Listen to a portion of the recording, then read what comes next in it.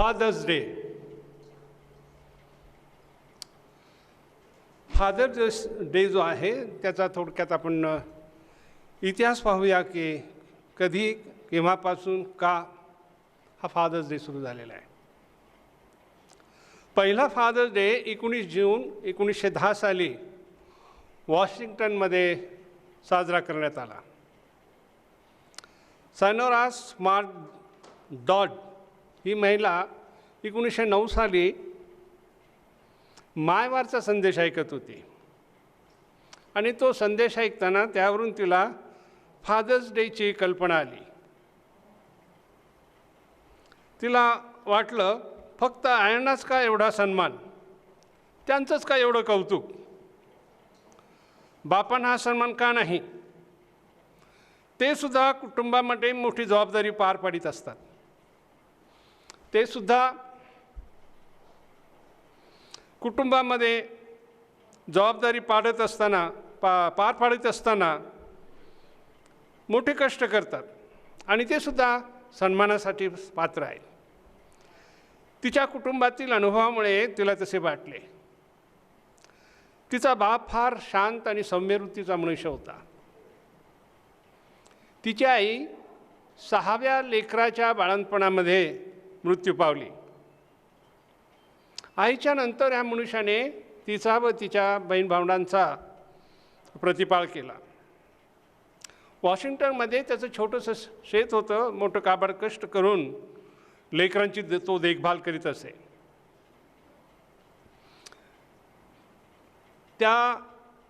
तिच्या वडिलांचं त्या मुलीवर व तिच्या सर्व बहीण भावंडांवर अत्यंत प्रेम होतं.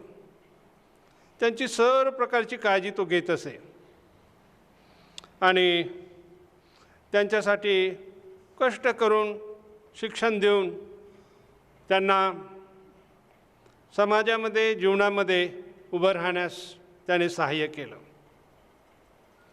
तिचे वडील मेल्यानंतर मायवारचा संदेश ऐकत असताना तिला ह्या फादर्स डेच्या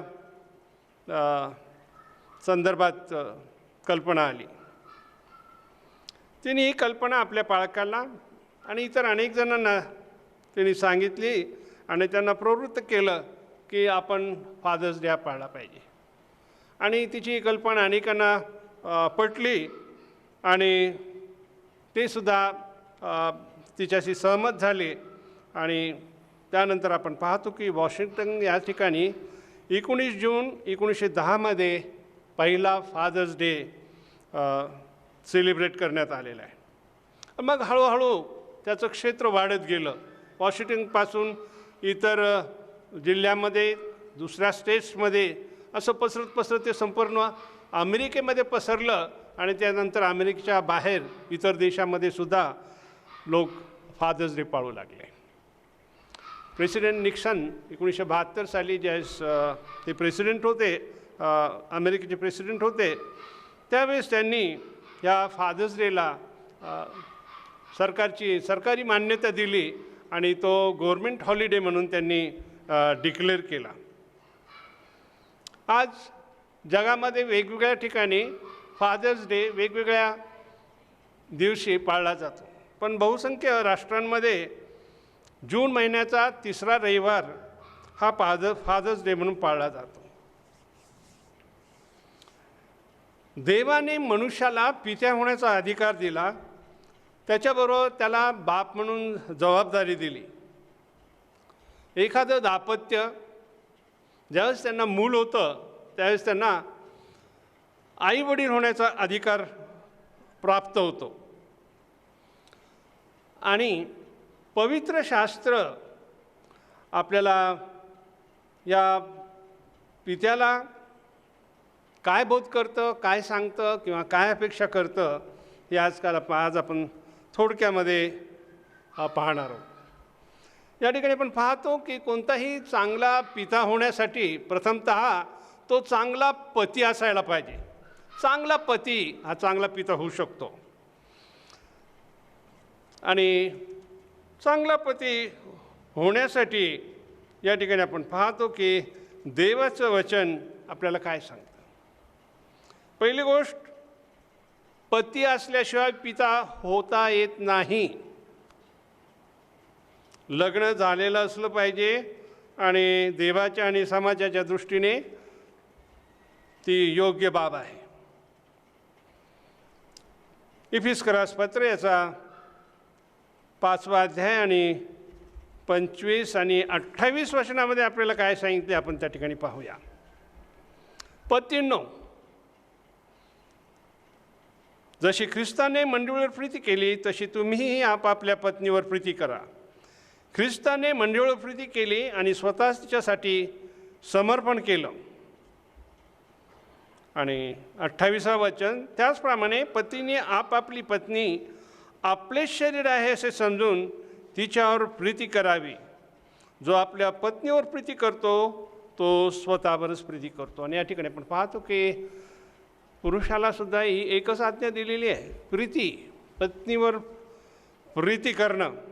आणि उदाहरणादाखल या ठिकाणी आपण पाहतो की प्रभू येशू ख्रिस्ताचं मंडळीवर जे प्रेम आहे आणि त्या मंडळीसाठी त्याने आपला प्राण दिला, आपलं रक्त सांडलं, आपलं समर्पण केलेलं आहे, अर्पण केलेलं आहे. आणि अशा प्रकारची प्रीती या ठिकाणी आपण पाहतो की पाऊल इफिस्कराच्या पत्रामध्ये सांगत आहे की पतीने आपल्या पत्नीवर जशी ख्रिस्ताने मंडळीवर प्रीती केली त्याप्रमाणे प्रीती केली पाहिजे. कुणी आपल्या जो पत्नीवर प्रीती करतो तो आपल्या देहावर, स्वतःच्याच देहावर प्रीती करतो. त्याचप्रमाणे आपण पाहतो की कलेसईकरास पत्र याचा 3रा अध्याय आणि 19व्या वचनामध्ये म्हटलेला आहे, पतींनो, तुम्ही आपापल्या पत्नीवर प्रीती करा, तिच्याशी निष्ठुरतेने वागू नका. या ठिकाणी आपण आपल्या अनुभवामध्ये पाहतो की सहसा स्त्रिया ह्या दुर्बळ असतात आणि पुष्कळशा आपण पाहतो की समाजामध्ये, कुटुंबामध्ये आपल्याला पाहायला मिळतं की पुरुष हा नेहमीच स्त्रियांना डॉमिनेट करीत असतो. आणि डॉमिनेटच करत नाही, पण त्या ठिकाणी आपण पाहतो की अत्यंत वाईट वागणूक तिला देतो. पाहिजे तशी तिची किंमत करत नाही, पाहिजे तसं तिचा सन्मान करत नाही, तिला मान देत नाही, तिला तुच्छ लेखलं जातं. आणि फार दुःखाची आणि खेदाची गोष्ट आहे. आणि या ठिकाणी आपण पाहतो की कलेसिकाच्या पत्रामध्ये तेच सांगितलेलं आहे की तुम्ही आपल्यावर प्रीती करा आणि तिच्याशी निष्ठुरतेने, निर्दयपणे, कठोरपणे वागू नका. कठोर शब्द, मन दुखवतील असे शब्द, वाईट वाटेल असे शब्द आणि कधीकधी मारहाण पण करणं, अवमान करणं, अपमान करणं. आणि या ठिकाणी आपण पाहतो की देवाचं वचन सांगतं तुम्ही आपल्या पत्नीबरोबर निष्ठुरतेने वागू नका. तसेच 1 पेत्र 3:7 म्हटलेलं आहे, पतींनो, तसेच तुम्ही आपापल्या स्त्रियांबरोबर त्या अधिक नाजूक पात्र आहेत म्हणून काय करा, सुज्ञतेने सहवास ठेवा. सुज्ञतेने सहवास ठेवा. तुम्ही उभयता जीवनरूपी कृपादानाचे सामायिक वतनदार आहात म्हणून तुम्ही त्यांना मान द्या, म्हणजे तुमच्या प्रार्थनेत व्यत्यय येणार नाही. या ठिकाणी आपण पाहतो की पेत्र या ठिकाणी स्पष्ट सांगत आहे की पतीने पत्नीचा मान केला पाहिजे. किती सुंदर गोष्ट आहे, किती छान गोष्ट आहे. पत्नीचा मान करणं, पत्नीला मान देणं. का? ती पती आणि पत्नी ज्यावेळेस ते प्रभू येशू ख्रिस्ताला स्वीकारतात, ते ज्यावेळेस ते देवाच्या कुटुंबाचे, देवाच्या घरचे, देवाचे लेकरं होतात, प्रभूला जीवनामध्ये घेतात, प्रभूसाठी जगतात, प्रभूचं गौरव करतात आणि जे अनंतकाळचं जीवन देवाने आपल्यासाठी ठेवलेलं आहे त्या अनंतकालिक जीवनाचे दोघंही जण भागीदार आहेत, सामायिक भागीदार आहेत. आणि ते वरचे संबंध लक्षात घेऊन या ठिकाणी तुम्ही काय करा, त्यांचा मान राखा. ते पण प्रभूचं लेकरू आहे, तिने प्रभूला स्वीकारलेलं आहे, ख्रिस्ताच्या रक्ताने ती धुतलेली आहे, प्रभूच्या वचनाप्रमाणे चालणारी, आचरण करणारी, वागणारी आहे आणि ती प्रभूची आहे आणि मीही प्रभूचा आहे. आणि तीच म्हणून तिचा तुम्ही मान करा. किती चांगली गोष्ट त्या ठिकाणी आहे की पत्नीचा मान करायला पेत्राने त्या ठिकाणी सांगितलेलं आहे. आणि म्हणून या ठिकाणी आपण पाहतो की चांगला पती होण्यासाठी या दिलेल्या उदाहरणाप्रमाणे वचनाप्रमाणे आपण पाहतो की पतीने पत्नीबरोबर वागलं पाहिजे. जो चांगला पती होऊ इच्छितो, जो चांगला पती असतो तोच चांगला पिता होऊ शकतो. या ठिकाणी आपण पाहूया की प्रभू येशू ख्रिस्ताने पित्याविषयी काय म्हटलेलं आहे. मत्ती शुभवर्तमान याचा 7वा अध्याय आणि 9 ते 11 वचनामध्ये आपण जर पाहिलं तर ठिकाणी प्रभू येशू ख्रिस्ताने एक सुंदरसं उदाहरण दिलेलं आहे. त्या ठिकाणी प्रभू म्हणत आहे, आपल्या मुलाने भाकर मागितली तर त्याला धोंडा देईल आणि मासा मागितला तर त्याला साप देईल. असा तुमच्यामध्ये कोण माणूस आहे किंवा कोण पिता आहे? मग तुम्ही वाईट असताना आपल्या मुलाबाळांना चांगल्या देण्याचे तुम्हाला समजते, तर तुमच्या स्वर्गीय पित्याजवळ जे मागतात त्यांना तो विशेष करून किती चांगल्या देणग्या देईल.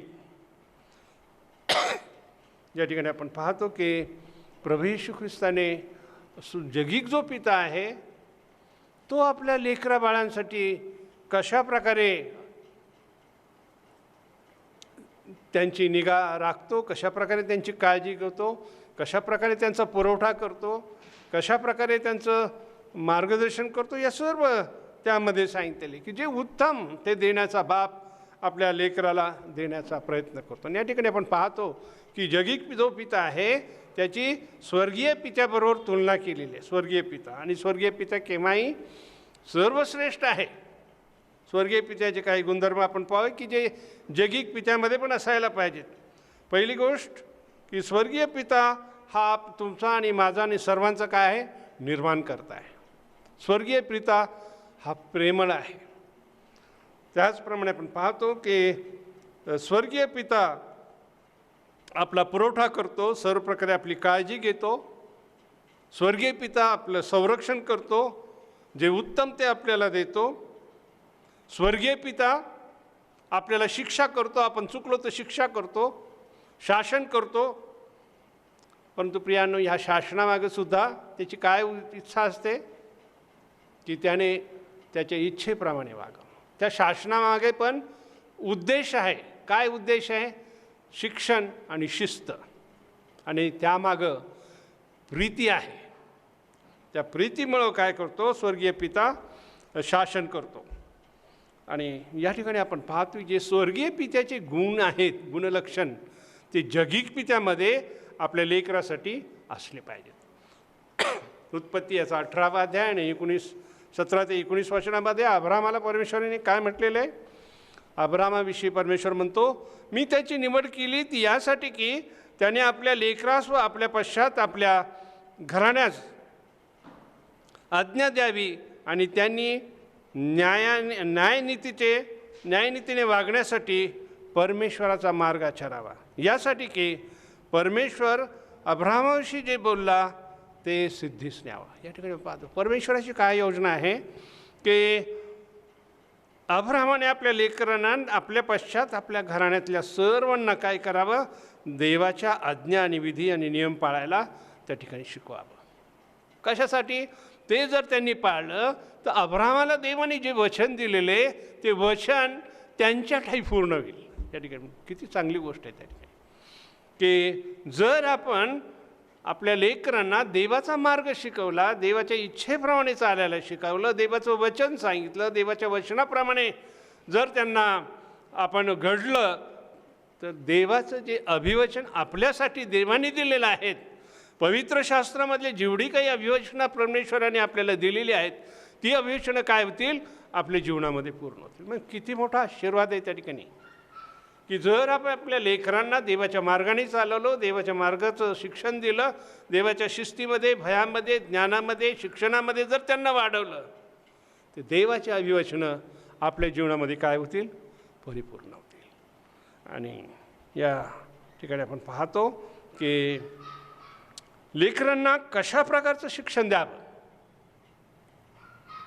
नीतिसूत्र याचा 22 अध्याय 6 वचनामध्ये की मुलाच्या स्थितीस अनुरूप असं शिक्षण त्याला दे, म्हणजे काय होईल, तो वृद्धपणाती त्याच्यापासून परावृत्त होणार नाही. लेकरांना प्राथमिक शिक्षण किंवा अर्ली एज्युकेशन जे आहे ते फक्त घरामध्ये दिलं जातं आणि देवाच्या वचनाप्रमाणे ही मोठी जबाबदारी बापाची आहे की ते लेकरू मोठं होऊन जगामध्ये कसं जगल त्याची घडणजडण घरामध्ये त्या लेकरावर आईबापांनी केली पाहिजे. त्यांना तसं घडवलं पाहिजे, त्यांचे विचार तसे घडवले पाहिजे, त्यांना तसं शिक्षण दिलं पाहिजे, त्यांना त्या मार्गाने चालायला प्रोत्साहन दिलं पाहिजे. ते मार्गाने चालतात का नाही बघितलं पाहिजे. जर नसल चालतील तर त्यांना वेळ आली तर शासन केलं पाहिजे आणि ते शासनसुद्धा प्रीतीने आणि शिस्तीसाठी हे लक्षात ठेवून केलं पाहिजे. आणि देवाच्या गौरवासाठी लेकरं कसे समाजामध्ये राहतील, देवाची साक्ष त्या लेकरांच्या जीवनातून कशी निर्माण होईल, ही जी मोठी जबाबदारी आहे ती पित्याची जबाबदारी देवाने पित्याला दिलेली आहे. आपण पाहतो की लहान मुलं हे मेणाच्या गोळ्यासारखे आहेत. मेणाचा गोळा कसा असतो, त्याला तुम्ही जसा आकार देईल तसं तुम्ही आकार देईल तसं त्याचा आकार देता येतो. आणि या ठिकाणी आपण पाहतो की लेकरंसुद्धा आहे मेणाच्या गोळ्याप्रमाणे आहेत आणि आपण जसं त्यांना घडू तसे ते घडले जातात. इफिस्करास पत्र याचा 6वा अध्याय 14व्या वचनात म्हटलेले, बापांना तुम्ही आपल्या मुलास चिरडीस आणू नका, तर प्रभूच्या शिस्तीत आणि शिक्षणात त्यांना वाढवा. 2 गोष्टी सांगितल्यात, काय करायचं आणि काय करू नये. पहिली गोष्ट सांगितली, तुम्ही आपल्या मुलास चिरडीस आणू नका. Do not provoke them, do not irritate them. तर या ठिकाणी आपण पाहतो की बापांनी लेकरांशी कठोरपणे, निर्दयतेने, अन्यायाने, पक्षपातीपणाने किंवा अधिकाराचा अतिशयोक्ती करून लेकरांना त्या ठिकाणी त्यांच्याशी असं वागू नये. आणि कोणत्याही प्रकारचे अनावश्यक बंधनं कधीकधी वडील त्या ठिकाणी लेकरांवर लादले जातात. त्यांच्या हेखीखोर स्वभावामुळं, रागिष्ट स्वभावामुळं त्यांना पुष्कळ वेळेस अयोग्य वागणूक दिली जाते. आणि या ठिकाणी आपण पाहतो की शिक्षा शिस्तीसाठी, शिस्त लावण्यासाठी शिक्षक लेकरांना केली पाहिजे. परमेश्वर देव पण काय करतो, शासन करतो. या ठिकाणी आपण पाहतो की इब्री 12:6 म्हटलेलं आहे, परमेश्वर ज्याच्यावर प्रेम करतो त्याला तो शिक्षा करतो आणि ज्या पुत्रांना तो स्वीकारतो त्यांना फटके मारतो असं म्हटलेलं आहे. त्याचप्रमाणे नीतिसूत्र याचा 29वा अध्याय 17व्या वचनामध्ये म्हटलेलं आहे की तू आपल्या मुलास शासन कर, म्हणजे तू तुला काय देईल, स्वास्थ्य देईल, तो तुझ्या जीवाला हर्ष देईल. कशामुळं, शासन. कधी ज्यावेळेस चुकतो, कसं शासन, व्यवस्थितप्रमाणे. आणि नीतिसूत्र 29:15 म्हटले की छडी व वाग्दंड ज्ञान देतात, पण मोकळे सोडलेले पोर आपल्या आईला खाली पाहावयास लावते. आणि म्हणून या ठिकाणी पाहतो की शिक्षा ही आवश्यक बाब आहे. लेकरांना शिक्षा करणं कशासाठी, त्यांना शिस्त लावण्यासाठी. पण त्याच्या मागं हा उद्देश लक्षात घेऊन तेही शासन कसं केलं पाहिजे, प्रीतीने केलं पाहिजे. आपण वाचलं की देव ज्याच्यावर प्रीती करतो त्याला तो शासन करतो. का, ते आवडतं आहे, त्याने त्याच्या मार्गाने चालावं, त्याच्या इच्छेने चालावं, त्याच्या गौरवासाठी जगावं, त्याच्या इच्छेने वागावं, त्याच्या वचनाप्रमाणे चालावं आणि त्याचा संकल्प त्या व्यक्तीच्या जीवनामध्ये पूर्णत्वास यावा. आणि म्हणून लेकरांशी कठोरपणे वागू नये किंवा निर्दयतेने कठोरपणे त्यांना शिक्षा करू नये. एका पुस्तकामध्ये मी वाचत असताना मला एका ठिकाणी वाचण्यात आलं, आफ्रिकेमधल्या एका मुलाने आपल्या बापाच्या खिशातून काही पैसे चोरले आणि ज्यावेळेस त्या बापाला कळलं, त्या बापाने काय केलं माहिती आहे का, त्या मुलाच्या हाताला चिंध्या गुंडाळल्या आणि पेटून दिलं. किती भयानक, किती भयंकर गोष्ट आहे. एवढा निर्दयपणा, एवढा कठोरपणा आणि इतकी भयानक शिक्षा. अशा प्रकारची शिक्षा करावी का? हे अत्यंत निर्दय आणि आपण घृणास्पद कृत्य त्या ठिकाणी आहे. लेकरं आहेत, त्यांना कळत नाही, त्यांना शिकवलं पाहिजे, त्यांना शिस्त लावली पाहिजे, योग्य प्रकारे त्यांना मार्गदर्शन केलं पाहिजे, योग्य प्रकारे त्यांना शिक्षा केली पाहिजे. आपण पाहतो की आजच्या समाजामध्ये अशा प्रकारे लेकरांना अत्यंत निर्दयपणे किंवा कठोरपणे आईवडील शिक्षा करतात आणि विशेषतः वडील लेकरांना रागाच्या भरात जनावरासारखं मारतात. हे मी पाहिलेले, जनावरासारखं, अक्षरशः जनावरासारखं मारतात. परवा करत नाही त्याचा हात तुटतो का पाय तुटतो का, त्याला कुठं लागतंय, काय होतंय, त्याचा काय परिणाम होईल ह्याचा विचार न करता एकसारखं लेकराला बाधाळत राहतात. ही शिक्षा करण्याची पद्धत नाही प्रिया. लेकरांना योग्य प्रकारे शिक्षा केली पाहिजे आणि आपण शिक्षा का करतोय त्यांना कळलं पाहिजे आणि त्या शिक्षेचा हेतू शिस्त आहे आणि प्रीतीने ती शिक्षा केली पाहिजे. त्याच्यामध्ये प्रीती आहे. देव शिक्षा करतो त्याच्यामध्ये प्रीती आहे. आणि या ठिकाणी आम्हाला पाहतो की आम्हाला पण लहानपणी आमचे वडील जे होते अत्यंत कडक स्वभावाचे होते. आम्हाला लहानपणी घराच्या बाहेर निघणं मुश्किल होतं. खेळ हा आमच्या जीवनाचा भाग आहे. आमच्या बापाला कधीच वाटलं नाही. खेळायला कधी सोडत नसत. आम्ही समजा ते घरात नाही आणि बाहेर गेलो, ते बाहेर गेले आणि आम्ही कुठं खेळत असलो आणि जर का त्यांना बघितलं की पळत पळत घरात यायचं. घरात येऊन काय करायचं, पुस्तक घेऊन उघडून बसायचं. त्यांचा एकच उद्देश अभ्यास. आणि या ठिकाणी आपण पाहतो की त्यांनी त्यांचं कर्तव्य पार पाडलं. त्यांनी आमचा पुरवठा केला, आम्हाला आवश्यक त्या गोष्टी पुरवल्या. परंतु लहानपणी बाप हा प्रेमळ असतो हे आम्हाला कधीच अनुभवायला मिळालं नाही. बाप हा प्रेमळ असतो हे आम्ही कधीच अनुभवलं नाही. किती दुःखाची गोष्ट आहे. आज आम्हाला कळतं आमचा बाप करत होता, ठीक होतं, पण त्या प्रीतीचा अभाव त्याच्यामध्ये आम्हाला दिसत होता. असेल पण ती प्रीती जर ती लेकरांना कळाली नाही तर त्याचा काय उपयोग. त्याच्यामुळं काय होतं, राग, द्वेष, हेवा, मत्सर, सूडभावना ही त्या ठिकाणी काय होते, निर्माण होते. आणि त्यामुळे आपण पाहतो की अनावश्यक धाक लेकरांवर ठेवता कामा नये. माझा एक मित्र होता आणि त्याच्या भावाची मुलगी होती, 10वीला होती. आणि त्या बापाचं एवढं प्रेशर त्या मुलीवर होतं 10वीचं की तिने 90च्या पुढंच मार्क मिळवले पाहिजेत, 90% पुढं. आणि त्या धाकामध्ये तो तिच्याकडून अभ्यास करून घ्यायचा, दम देऊन अभ्यास करायचा. तर त्या मुलीने काही 2-3 पेपर दिले. नंतर तिचा काही कॉन्फिडन्स तिला आला नाही की 90% मार्क मिळेल. त्या मुलीने काय केलं, त्या बापाच्या धाकाने तिने आत्महत्या केली. एवढा धाक. या ठिकाणी आपण पाहतो की या धाकामुळे लेकरांचा कॉन्फिडन्स जातो, लेकरं निराश होतात, डिप्रेशनमध्ये जातात, काय करावं त्यांना सुचत नाही, त्यांचा विश्वास नष्ट होतो, आईबापाविषयी त्यांच्या अंतःकरणामध्ये द्वेष आणि घृणा निर्माण होते, त्यांना सुरक्षितपणा वाटत नाही आणि त्याचा परिणाम निश्चितच वाईट होतो. आणि म्हणून शिक्षा करताना किंवा लेखनावर धाक ठेवताना आपण काळजीपूर्वक असलं पाहिजे. बापाने काळजीपूर्वक असलं पाहिजे. त्याचा वाईट परिणाम होणार नाही याची त्यांनी काळजी घेतली की त्याचा परिणाम काय, परिणाम शिक्षेचा परिणाम शिस्त लागली पाहिजे. पण त्या पद्धतीनेच लेकराचं जसं वयमान असेल त्या पद्धतीने त्याला समजेल उमजेल अशा पद्धतीनेच आपण त्या ठिकाणी काय केलं पाहिजे, शासन केलं पाहिजे. नाही तर लेकरं मग त्यांना आईबाप आवडत नाहीत, बापावरचा विश्वास उडतो, बाप नकोसा वाटतो. आम्हाला असं वाटायचं आम बाप घराच्या बाहेर असलं तर बरं आहे. जितका घराच्या बाहेर असेल तेवढा आम्हाला आनंद व्हायचा. त्यांनी घरात येऊच नाही असं वाटायचं.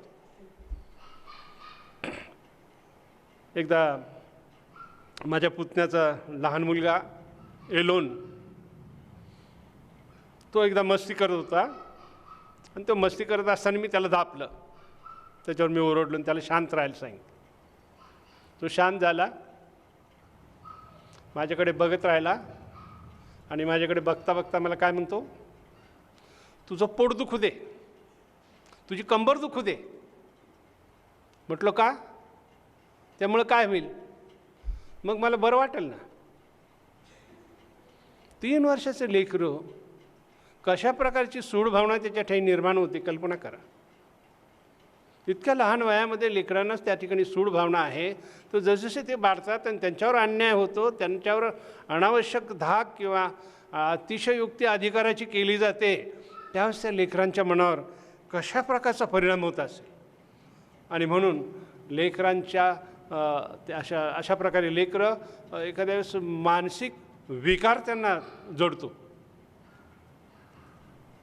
आणि म्हणून शिक्षा करत असताना वडिलांनी खूप त्या ठिकाणी काय केलं पाहिजे? काळजी घेतली पाहिजे. दुसरा भाग या ठिकाणी आपण पाहतो जो सांगितलं आहे की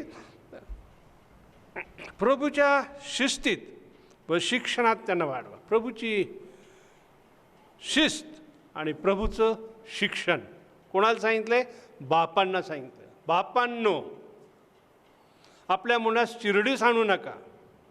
त्यांना राग येईल, त्यांना त्रास होईल, ते त्या ठिकाणी अशा प्रकारे उलटून बोलतील किंवा त्यांना घृणा निर्माण होईल किंवा त्यांच्या अंतःकरणामध्ये भीती निर्माण होईल किंवा सूडभावना निर्माण होईल. अशा प्रकारे त्यांना वागणूक देऊ नका. तर काय करा? प्रभूच्या शिस्तीत व शिक्षणात त्यांना प्रभूची शिस्त आणि प्रभूचं शिक्षण.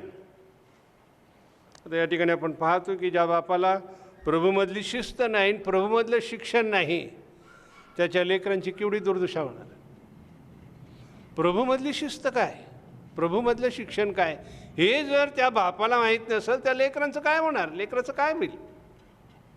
अनुवाद याचा 6वा अध्याय आणि 5 वचनामध्ये काय सांगितलेलं आहे?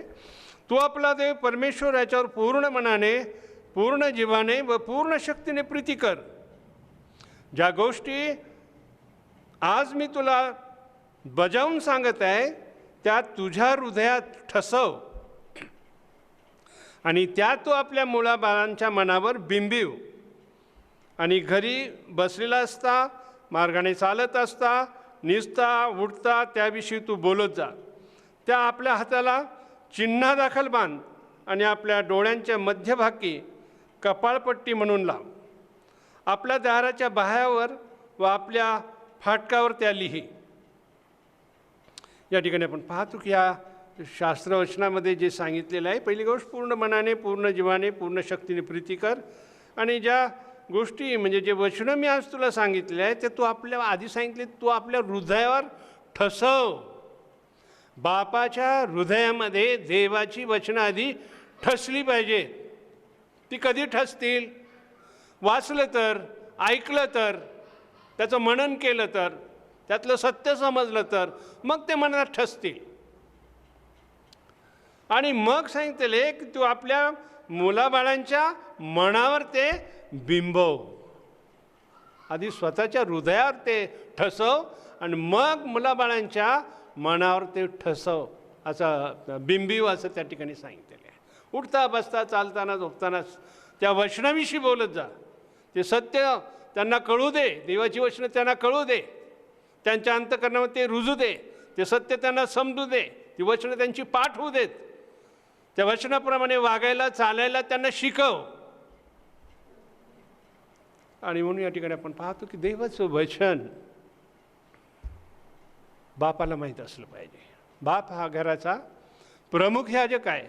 कौटुंबिक प्रार्थना घेणं हे बापाचं कर्तव्य आहे. शिक्षण देणं, दिवसभरच्या जीवनाचा सर्व सारासार विचार करून त्याचा आढावा घेणं, कुठं चुकलं, काय चुकलं, कसं सुधारायचं, काय केलं पाहिजे हे लेकरांना त्याने सांगितलं पाहिजे. देवाच्या वचनातून ते वचनाचं शिक्षण त्यांना दिलं पाहिजे.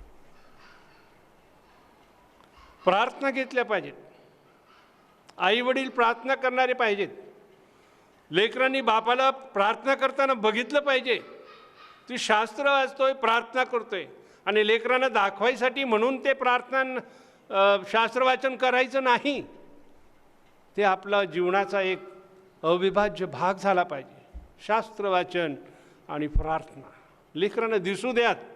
बापांनो, लेकरांना दुसऱ्या तुम्ही प्रार्थना करतात, तुम्ही गुडघ्यावर आहात, तुम्ही अहोरात्र देवाच्या वचनाचं मनन चिंतन करतात, तुम्ही देवाचं वचन तुमच्या जीवनामध्ये पाहता, त्या वचनाप्रमाणे तुम्ही चालताय, लेकरांना दिसू द्या.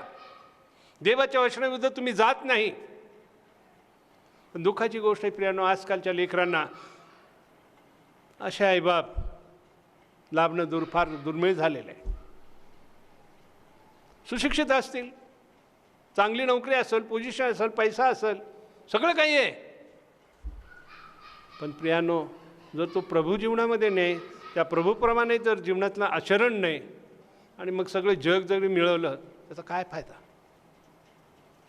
आणि त्या लेकरांना तुम्ही काय करणार? माझी मुलगी पुण्यामध्ये एका मोठ्या इंटरनॅशनल स्कूलमध्ये आहे आणि त्या शाळेमध्ये 5 वर्षापासून लेकरं आहेत, 5 वर्षापासून 12वीपर्यंतची शाळा आहे आणि अत्यंत श्रीमंतांचे लेकरं आणि वेगवेगळ्या देशाचे लेकरं आहेत. आईबाप काय करतात, 4-5 वर्षाचे लेकरं झाली की सगळी जबाबदारी शाळेवर ढकलून देतात. त्या शाळेमध्ये शिस्त लागेल, त्या शाळेमध्ये त्याची काळजी घेतील, त्या शाळेमध्ये त्याला समाजात कसं जगायचं ते शिकवतील, त्या शाळेमध्ये त्याचं शिक्षण चांगलं होईल, तिथं तो 12वी पास झाले की तो फॉरेनला जाईल. या सगळ्या गोष्टीचा विचार करून आईबाप तिथं त्या शाळेत टाकतात, स्वतःची जबाबदारी शाळेवर ढकलून देतात. प्रियांनो, ते सगळं मिळेल, शिक्षण मिळेल, हे मिळेल, सगळं होईल, पण ह्या देवाच्या वचनाचं काय? कोणती शाळा तुम्हाला देवाचं वचन शिकवणार आहे? आता मी ज्या शाळेविषयी सांगतो ती सर्व धर्म समान भावनेची शाळा आहे. त्या शाळेमध्ये एका मुलाने आत्महत्या केली, तर त्याच्या आईवडिलांना ज्यावेळेस तो त्या ठिकाणी शेवटची त्यांचा शांतीचा त्यांना शांतीचा काही विधी करायचा होता, तर ते त्यांच्या कोणत्या गुरुला घेऊन आले. पण शाळेच्या मुख्याध्यापकांनी सांगितले की नाही, तिथं मुसलमानांचा पण त्या ठिकाणी मुख्य धर्माधिकार कुणी त्यांच्या धर्माचा गुरु असेल तो पाहिजे, हिंदूंचा गुरु पाहिजे, ख्रिश्चनांचा गुरु पाहिजे, आणि त्या सगळ्यांनी मिळून प्रार्थना करायची. ठीक आहे, तुम्हाला वेगवेगळ्या धर्माचं थोडंसं ज्ञान विनते काय शिकवणार आहे का त्या ठिकाणी? आणि म्हणून देवाचं वचन जे आपल्या हृदयावर आपण ठसवलेलं आहे, लेकराच्या मनावर बिंबवायचं आहे, हे जे देवाची आज्ञा आहे, ते असल्या शाळेमध्ये कुठं होणार आहे? बोर्डिंगमध्ये कोण शिकवणार आहे? ख्रिश्चन बोर्डिंगमध्ये ठीक आहे, पण ख्रिश्चन बोर्डिंगची परिस्थिती आज आपण पाहतो, पूर्वी ठीक होतं. पूर्वीच्या शाळा आणि शिक्षण जे इंग्रजांच्या काळामध्ये ते अत्यंत चांगलं होतं. जे मोठमोठे देवाचे महान सेवक होऊन गेलेत, ते त्या शाळेमध्ये शिकलेले, विधर्मातून प्रभूकडे आलेले मोठमोठे सेवक जे झालेले आहेत. पूर्वीच्या काळी शाळा तशा होत्या, आजकाल ती परिस्थिती राहिलेली नाही. आणि म्हणून ही घरामध्ये बापाने मुलांना हे शिक्षण द्यावं असं देवाचं वचन सांगतं. आणि म्हणून या ठिकाणी आपण पाहतो की जो बाप आहे त्या बापाला प्रभूची ओळख असली पाहिजे, त्याने येशू ख्रिस्ताला आपला तारणहार म्हणून स्वीकारलेलं पाहिजे, त्याचं तारण झालेलं पाहिजे. ख्रिस्ताचं समर्पण कशासाठी झालं, ख्रिस्त त्या वधस्तंभावर कशासाठी मरण पावला, त्या ख्रिस्ताने काय केलं ते त्याला त्याच्या जीवनामध्ये कळलं पाहिजे, आणि त्या ख्रिस्ताला त्यांनी स्वीकारलं पाहिजे, आपल्या पापाची क्षमा मिळवली पाहिजे, आणि जीवनाच्या मार्गात, प्रभूच्या मार्गात, प्रभूच्या वचनात, प्रभूच्या सान्निध्यात तो चालत राहिला तर प्रियानो त्याच्या ठाई प्रकाश राहील, आणि तो प्रकाश त्याच्या लेकरासाठी मार्गदर्शन होईल. लेकरं जसे लहानचे मोठे होतात, आईवडिलांना कुटुंबातले अनेक अनुभव त्यांना सांगता येतात. माझ्या जीवनात काय झालं, मी कसा होतो, देवाने माझं जीवन कसं बदललं, कशाप्रकारे देवाने प्रार्थना ऐकली, कशाप्रकारे कुटुंबाच्या गरजा प्रभूने पुरवल्या, कशाप्रकारे संकटातून परमेश्वराने आपल्याला सोडवलं. आपल्याला लेकरांना जसे ते लहानचे मोठे होतील, समंजस होतील, आपण त्यांना सांगू शकतो, त्यांना साक्ष देऊ शकतो. माझा 2 नंबरचा मुलगा ज्यावेळेस लहान जन्मला त्यावेळेस त्याच्या डोक्याला हिमाटोमा होता, मोठी गाठ या ठिकाणी आलेली होती जन्माच्या वेळेस, आणि डॉक्टरांनी सांगितलं ती गाठ जायला 5-6 महिने लागतील, 5-6 महिन्यांनी ते व्यवस्थित होईल. माझ्या बायकोनी काय केलं, तिला कळाल्याबरोबर त्याच दिवसापासून तिने त्याच्यावर हात ठेवून प्रार्थना करायला सुरुवात केली आणि 2 दिवसात ती गाठ निघून गेली. 2 दिवसात ती बरी झाली. मग लेकरू जसं जसं मोठं व्हायला लागलं, जसं त्याला समज यायला लागली, मग आम्ही त्याला सांगितलं की लहानपणी तुझी काय स्थिती होती. आईने प्रार्थना केली आणि परमेश्वराने तुला बरं केलं, देवाने तुला बरं केलं. त्या लेकरांच्या मनामध्ये आपण ते ठसवतो की देवाने लहानपणापासून तुमची काळजी घेतलेली आहे, तो देव तुमचं रक्षण करतो, देव तुम्हाला आरोग्य देतो. माझी मुलगी तीसुद्धा ज्यावेळेस लहान होती त्यावेळेस ती एकाएकी निळी पडायची, तिला श्वसनाला त्रास व्हायचा आणि डॉक्टरांच्या असं निष्कर्ष त्यांचा निघाला की हिच्या हृदयाला छिद्र असलं पाहिजे. आणि त्यांची काहीतरी बोलायचं आली तेच माझ्या मिसेसनी विचारलं, डॉक्टर साहेब काय आहे ते, माझं लेकरू आहे, मला सांगा तिच्या काय झालेलं आहे. मग त्यांनी ते सांगितलं की आम्हाला असं संशय येतो की तिच्या हृदयाला छिद्र असलं पाहिजे आणि त्यामुळं ती अशी काळी निळी पडते. तर मग त्या डॉक्टरांनी त्या ठिकाणी आम्हाला हृदयाचे जे डॉक्टर आहेत, हार्ट स्पेशलिस्ट, त्यांना दाखवायला सांगितलं. माझी पत्नी तेव्हापासून प्रार्थना करत होती, ती मीसुद्धा प्रार्थना करतो. मी म्हटलं परमेश्वरा, पोटचं फळ तुझी देणगी आहे, तू दिलेलं धन आहे आणि जी तू मला देणगी देतो तू मला तुटकी फुटकी फोडणी दे, तुटकं फुटकं खेळणं देणार नाहीस. जी देणगी आहे ती चांगलीच देशील, तू मला चांगलं आशीर्वादित लेकरू देशील, मला पूर्ण खात्री आहे परमेश्वरा. माझ्या पत्नीने आम्ही प्रार्थना केल्या आणि डॉक्टरकडे नेलं आणि डॉक्टरनी संपूर्ण तिची तपासणी केली आणि डॉक्टर म्हटले या लेकराला इथं कशाला पाठवलं, कुणी पाठवलं. तर त्यांनी ती पिट्टी पाहिली डॉक्टरची, पण हे लेकरू एकदम नॉर्मल याला कसल्याही प्रकारच्या याच्या हृदयाला त्रास नाही आहे. आमच्या मुलीला ते आम्ही ते सांगतो की बाई लहानपणी तुझी अशी स्थिती होती, त्यावेळेस तुझी ही स्थिती होती, त्यावेळेस आम्ही तुझ्यासाठी प्रार्थना केल्या आणि परमेश्वराने तुला बरं केलेलं आहे. त्यांच्या मनावर ते ठसवायचा प्रयत्न करतो की लहानपणापासून परमेश्वर तुमच्याबरोबर आहे. संसाराच्या गरजा परमेश्वराने कशा पुरवल्या, तुमच्या गरजा कशा पुरवल्या, आजारात, दुःखात, त्रासात, संकटात परमेश्वराने कशा प्रकारे आपल्याला वर आणलं, कसं त्यातून सोडवलं, हे आम्ही लेकरांना सांगतो यासाठी की त्यांचा देवावरील भाव वाढावा, त्यांचा देवावरील विश्वास वाढावा. आणि प्रार्थना, कौटुंबिक प्रार्थना घेऊन त्यांना प्रार्थना करायला शिकवायचं, वचनं त्यांच्याकडून पाठ करून घ्यायची, संडे स्कूलला त्यांना पाठवायचं, बायबल क्लबला पाठवायचं, VBSला पाठवायचं, सर्व प्रकारची त्यांना काळजी घ्यायची. त्यासाठी त्यांना लागेल ते मटेरियल पुरवायचं. जसे शाळेसाठी आपण कपडे घेतो, बॅग घेतो, बुटं घेतो, पुस्तके घेतो, वह्या घेतो, सगळं घेतो, त्याचप्रमाणे आपल्या लेकरांच्या आध्यात्मिक वाढीसाठी ज्या काही गोष्टी आहेत त्यासुद्धा आपण त्यांना पुरवल्या पाहिजेत, त्यांना पाठवलं पाहिजे, त्यासाठी खर्च केला पाहिजे. एवढंच नाही, जर शक्य असेल तर लेकरांना खेळण्यासाठी सुद्धा ज्या आवश्यक बाबी आहेत, साधं क्रिकेटसाठी क्रिकेट बॅट बॉल त्यांना घेऊन द्यावा, खेळू द्यावा.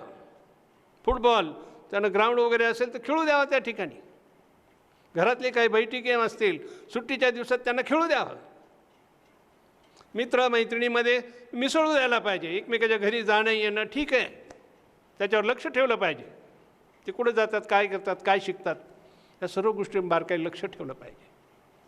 त्यांना स्वातंत्र्य पण दिलं पाहिजे, पण योग्य वेळी योग्य ते नियंत्रण पण केलं पाहिजे योग्य पद्धतीने. आणि त्यांना कळू द्यायला पाहिजे की आईवडील आपल्यावर प्रेम करतात, आईवडील आपल्यावर प्रेम करतात, वडील माझ्यावर प्रेम करतात, माझे वडील प्रेमळ आहेत, माझे वडील मला आवडतात.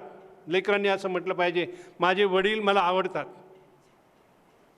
पण कशामुळं? ते चांगले वागतात, ते आम्हाला चांगलं वागायला शिकवतात. नाही तर मी पण असे पण बाप लेक पाहिलेले आहेत की दोघंही दारू पिऊन गळ्यात हात घालून रस्त्यावर फिरतात, ते पण मी पाहिलेले आहे. काय अशा लेकरांना कुठं जातील ते लेकरं? बाप बी नरकात आणि लेकराला पण नरकात घेऊन चाललेलं आहे.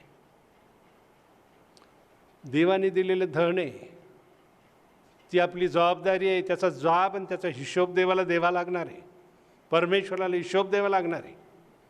आणि म्हणून आपण स्वतः त्या प्रभूच्या शिक्षणामध्ये, त्या प्रभूच्या शिस्तीमध्ये आहोत का हे आधी पाहायला पाहिजे. नसेल सुरुवात करा, आजपासून करा.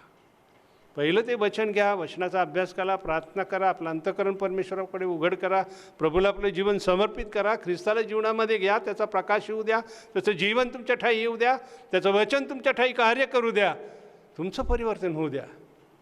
आणि मग प्रियांनो बघा तुमचा देव कशा प्रकारे तुम्हाला शिक्षण देण्यासाठी देव तुम्हाला प्रेरणा देईल, देव कृपा पुरवेल, आत्म्याद्वारे वचनाद्वारे तुमचं मार्गदर्शन करेल आणि तुमचं कुटुंब, तुमचे लेकरं त्या ठिकाणी मोठे आशीर्वादित होते. आणि म्हणून या ठिकाणी पाहतो की काळजी देवाने कुठल्या घर सांभाळणाऱ्या बाईला दिलेली नाही, पाळणं घरात लेकरं ठेवून त्यांना शिस्त लावायसाठी दिलेली नाही, किंवा शाळेमध्ये बोर्डिंगमध्ये टाकून त्या हाऊसफादरला किंवा त्या तिथले जे पेरेंट्स असतात त्यांच्यावरही जबाबदारी टाकलेली नाही, किंवा संडे स्कूल किंवा युथ ग्रुप ह्याच्यावर ह्या शिक्षणाची जबाबदारी टाकलेली नाही. तर प्रभूच्या शिस्तीत आणि शिक्षणात वाढवायची जबाबदारी बापांची आहे. आणि या ठिकाणी आपण पाहतो की हे जर आपण मनोभावे जर पाळलं, देवाच्या वचनाप्रमाणे चाललो, तर प्रियांनो त्याच्यामध्ये फार मोठे आशीर्वाद आहेत, फार मोठे आहे. पवित्र शास्त्रामध्ये काही 2-3 वचनं मी तुम्हाला वाचून दाखवतो की त्यामध्ये काय आशीर्वाद येत आहे. स्तोत्र 112 आणि 1-3 वचनामध्ये काय म्हटलेलं आहे? परमेश्वराचं स्तवन करा. जो मनुष्य परमेश्वराचं भय धरतो आणि ज्याचा हर्ष त्याच्या आज्ञांमध्ये आहे तो धन्य. त्याची संतती पृथ्वीवर पराक्रमी होईल, सरळ जनांचा वंश आशीर्वादित होईल. धनसंपदा त्याच्या घरी असते, त्याचे नीतिमत्व सर्व काळ टिकते. या ठिकाणी आपण सांगितले की त्याची संतती पृथ्वीवर पराक्रमी होईल. स्तोत्र 128 आणि 1-4 मध्ये म्हटलेलं आहे, जो पुरुष परमेश्वराचं भय धरतो, जो त्याच्याच मार्गाने चालतो तो धन्य. तू आपल्या श्रमाचे फळ खाशील, तू सुखी होशील, तुझे कल्याण होईल.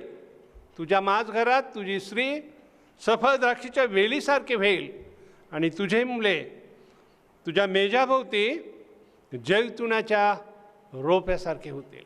जसं तुमचं जीवन आहे, जसं तुम्ही घडलात, जसा तुमचा विश्वास आहे, तसा तुमच्या लेकरांचाही विश्वास वाढेल. प्रभूमध्ये ती वाढतील. प्रभूमध्ये त्यांची जोपासना जर केली तर प्रभूच्या गौरवासाठी, सेवेसाठी त्या लेकरांचा उपयोग होईल. आणि ते शेवटी स्तोत्र 23:6 मध्ये म्हटलेलं आहे, खरोखर माझ्या आयुष्याचे सर्व दिवस मला कल्याण आणि दयाही लाभतील. आज माझ्या आयुष्याचे सर्व दिवस मला कल्याण आणि दया लाभतील आणि परमेश्वराच्या घरात मी चिरकाल राहील. या जगातलं जे जीवन आहे ते माझे सगळे दिवस मला काय होतील? कल्याणकारी सर्व दिवस. मग ते बरे वाईट प्रसंग येतील, ते सुद्धा आशीर्वाद, त्याच्यातही मला आशीर्वाद मिळेल आणि देवाची दया मला प्राप्त होईल. आणि त्याच्यानंतर हे जीवन संपल्यानंतर प्रभूकडे मी जाईल. अनंतकाळचं जीवन देवाच्या घरी. प्रभू येशू ख्रिस्ताने म्हटलेलं आहे, मी जातो तुमच्यासाठी जागा तयार करतो आणि मी आलो म्हणजे काय करेल? तुम्हाला घेऊन जाईल. कारण जेथे मी आहे तेथे तुम्ही असं आहे. माझ्या पित्याच्या घरामध्ये पुष्कळ जागा आहेत, पुष्कळ जागा आहेत. आणि ते अनंतकाळचं जीवन, सर्व काळचं जीवन, त्या जीवनामध्ये, त्या पित्याच्या घरामध्ये आपल्या लेकरांची आणि आपल्या सर्व वंशजांची, आपल्या प्रियजनांची काय व्हावी? त्या घरामध्ये चिरकाल वसती, सार्वकालिक जीवनामध्ये त्यांनी यावं. पित्यांनो, ही फार मोठी जबाबदारी परमेश्वराने आपल्याला दिली. सर्व पित्यांना परमेश्वराचं हे वचन बोध आणि मार्गदर्शन करत आहे. आणि म्हणून आपण आपल्या अंतःकरणाचं परीक्षण करूया की आपण त्या वचनाला आपल्या अंतःकरणामध्ये घेतलेलं आहे. ते वचन आपल्या हृदयात ठसलेलं आहे का? आणि जर ते ठसले तर आपण आपल्या लेकरांच्या अंतःकरणावर ते बिंबवतो का? नसेल तर प्रियांनो, आज संधी आहे. आजपासून सुरुवात करा. देव तुम्हाला आशीर्वाद देईल. आणि जर तुम्ही हे करीत असाल तर प्रियांनो, ते करीत राहा. लेकरांसाठी प्रार्थना करा. त्यांच्या प्रत्येक स्टेजमध्ये, त्यांच्या शिक्षणामध्ये, त्यांच्या नोकरीधंद्यामध्ये, त्यांच्या लग्नामध्ये, त्यांच्या सांसारिक जीवनामध्ये, त्यांच्या सेवेमध्ये, सर्व गोष्टीसाठी आपले जीवात जीव आहे तो पण काय करा? त्या लेकरांसाठी प्रार्थना करा. त्या लेकरांसाठी प्रार्थना करा म्हणजे काय होईल? आपल्या पश्चातसुद्धा देव त्यांना काय करेल? त्यांना आशीर्वादित करेल. शेवटचं वचन नीतिसूत्र याचा 20 अध्याय आणि 7 वचन, नीती 20 आणि 7, त्यामध्ये काय म्हटलेलं आहे? जो धार्मिक मनुष्य सात्विकपणे चालतो त्याच्या मागे त्याची मुले धन्य होतात. जो धार्मिक, नीतिमान, तारलेला, ज्याने प्रभूला स्वीकारला आहे, जो देवाच्या मार्गाने चालतो, तर काय होतं? त्याच्या मागे, तो जरी या जगातून निघून गेला, प्रभूकडे गेला, त्याच्या मागं त्याची मुलं काय होतात? धन्य होतात, आशीर्वादित होतो. देव त्यांना आशीर्वादित करतो. देवबाप करो, सर्व पित्यांना देव सुबुद्धी देव, आणि तुमची कुटुंब, तुमचे लेकरं परमेश्वर असे आशीर्वादित करो की त्याद्वारे देवाचं गौरव होईल आणि सर्वजण सार्वकालिक जीवनाचे भागीदार होतील.